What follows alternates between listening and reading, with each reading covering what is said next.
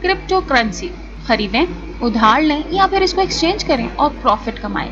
ये वो सर्विसेज हैं जो डिजिटल करेंसी की दुनिया में एक अहम प्लेयर कंसिडर किया जाने वाला सिलिसिस नामी प्लेटफॉर्म अपने यूजर्स को देता है। लेकिन कुछ दिन पहले इस कंपनी ने मार्केट की सूरत हाल को देखते हुए अपने 17 लाख यूजर्स के अकाउंट को फ्रीज कर दिया, जिसकी वजह से दो बड़ी करेंसीज बिटकॉइन और इथेरियम की प्राइसेस में कमी स्टार्ट होना शुरू ऐसा हुई जो कि अब तक जारी है। कुरेलेटिव टर्म आमतौर पर ऐसे इकोनॉमी फैसलों के लिए इस्तेमाल होती है जब पैसा मौजूद हो लेकिन इसे इस्तेमाल करने की इजाजत ना हो। इसका आगाज 2001 में अर्जेंटीना के इस फैसले से हुआ था जब गवर्नमेंट ने बैंक से पैसा निकालने पर ही रिस्ट्रिक्शंस लगा दी थी। दरअसल फेडरल रिजर्व की तरफ से इंटरेस्ट रेट में इजाफा, इन्फ्लेशन, ग्लोबल मार्केट में डाउनटर्न की वजह से क्रिप्टो मार्केट भी बिल्कुल इनडेफिनिट हो चुकी है। और पहले भी तो बिटकॉइन की कीमत में तकरीबन 50% जबकि इथेरियम की कीमत में 60% से ज्यादा कमी हो गई थी और इसी वजह से दूसरी डिजिटल करेंसीज पर भी नेगेटिव असर पड़ा और इनकी कीमत पर भी कमी हुई है, जिससे दूसरे क्रिप्टो करेंसीज प्लेटफॉर्म भी बहुत मुश्किल में आ चुके हैं। लेकिन आखिर हुआ क्या?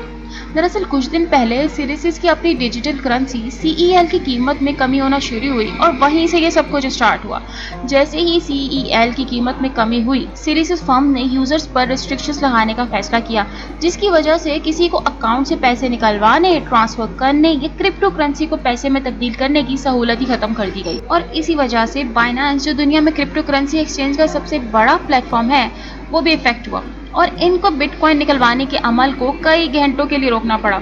लेकिन बकौल सिलिसिस कंपनी के अकाउंट फ्रीज करने का फैसला यूजर्स के ही फायदे में लिया गया है ताकि इनके एसेट्स को महफूज रखने के लिए काम किया जा सके। लेकिन सिर्फ एक साल में ही सिलिसिस कंपनी की करेंसी की वैल्यू $7 से कम होकर $0.20 तक पहुंच चुकी है। लेकिन क्या आप जानते हैं, सिलिसिस सिस्टम अपने यूजर्स को नेटवर्क में क्रिप्टो करेंसी रखने के लिए ज्यादा इंटरेस्ट रेट के जरिए रिवॉर्ड भी देता है। इसका मतलब है कि अगर कोई बिटकॉइन रखने वाला अपनी करेंसी सिलिसिस के प्लेटफॉर्म पर स्टोर रखेगा तो इसको इसके बदले इनाम भी मिलेगा।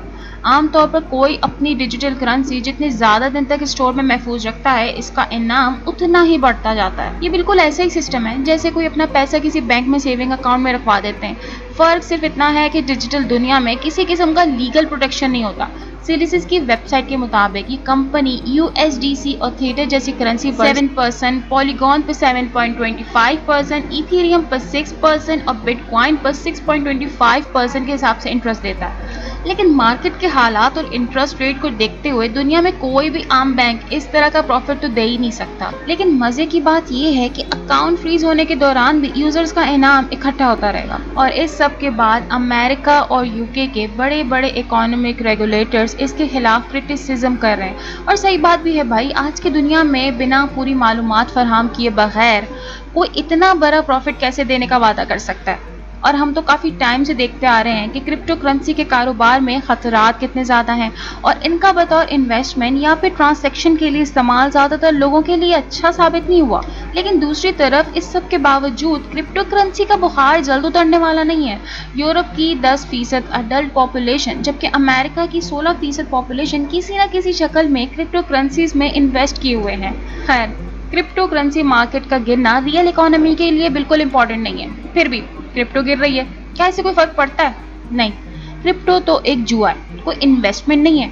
इकोनॉमी को फायदा तो तब होगा ना जब क्रिप्टो करेंसी पर इस्तेमाल होने वाले ये रिसोर्सेज किसी यूजफुल पर्पस में इस्तेमाल किए जाएं।